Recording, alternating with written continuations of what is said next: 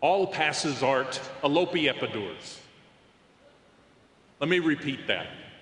All passes art, alope epidurs. When I was just starting a professional singing career in opera, I was engaged by the Chautauqua Opera Company in New York. Their theater had a significant quote carved into the proscenium above the stage. All passes, art alone endures. The problem reading it, however, was twofold. First, the Art Deco lettering was so florid that the cross connect on the end looked more like a P and an I together instead of an N.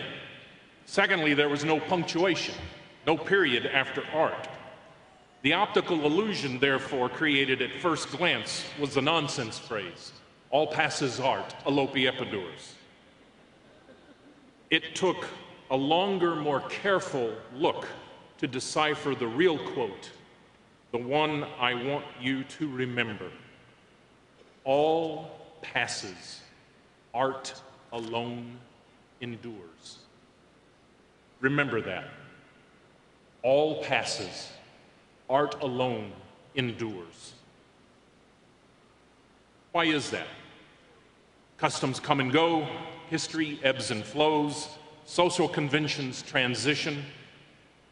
Art and the need to create it has remained constant since cavemen painted stories on the wall of the caves. All passes, art alone endures.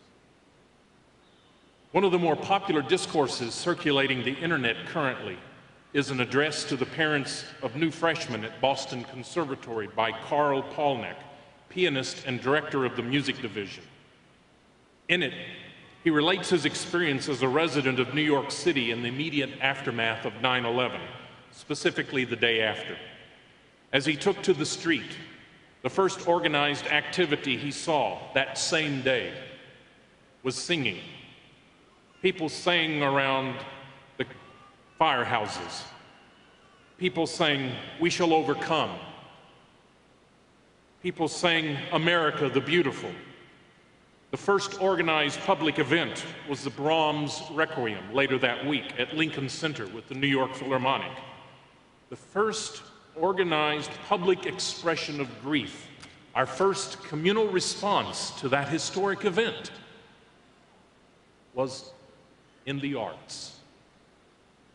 That was the beginning of a sense that life might go on. The road to recovery was led by the arts. He goes on to speak about one of the most profound musical compositions of all time, the Quartet for the End of Time, written by French composer Olivier Messiaen in 1940. He composed it while a prisoner in a German concentration camp. There were 3 other musicians in the camp, a cellist, a violinist, and a clarinetist. And Messiaen wrote his quartet for these specific players. It was performed in January 1941 for 4,000 prisoners and guards in the prison camp. Today it is one of the most famous masterworks in the repertoire.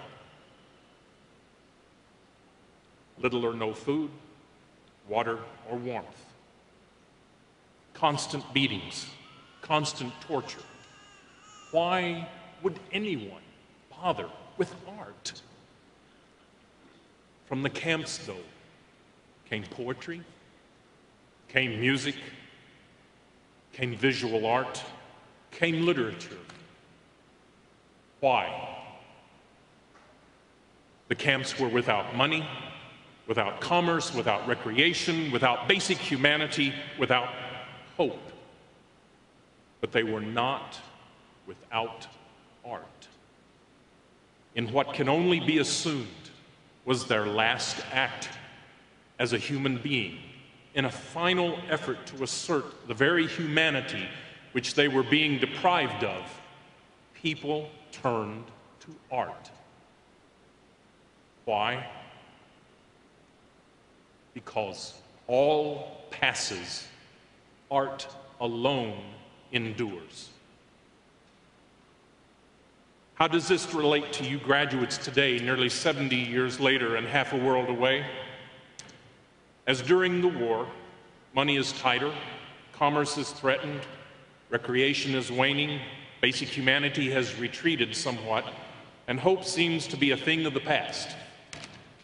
But we will not be without art, thanks to you. This is why the arts are as important now as they have been from the beginning of civilization. The one thing that separates humans from every other species is self-reflection. Humans are the only species that ask questions, and only humans attempt to answer the ultimate question: why? This is the question Messiaen was trying to answer. This was the question being asked in poetry and art as others were led to the chambers. This is the question you ask yourself when you learn a role in a play, when you paint a picture, when you sing an opera, when you compose poetry, plays, or novels. Sitting here today, you are the new generation of artists. It is you who will continue the work of preserving, presenting, interpreting, creating, and most importantly, passing on to future generations after you that which is the best and the brightest we as a species have created, that which is our most human endeavor. You carry the mantle that no matter what passes, art will indeed endure. There is no higher calling. There is no greater challenge. It is a challenge for your generation that is far greater than the one my generation undertook. Today we honor you for accepting that calling.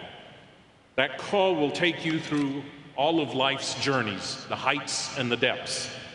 Just remember, as long as you go through the ups and downs that life gives you, all passes. Art alone endures.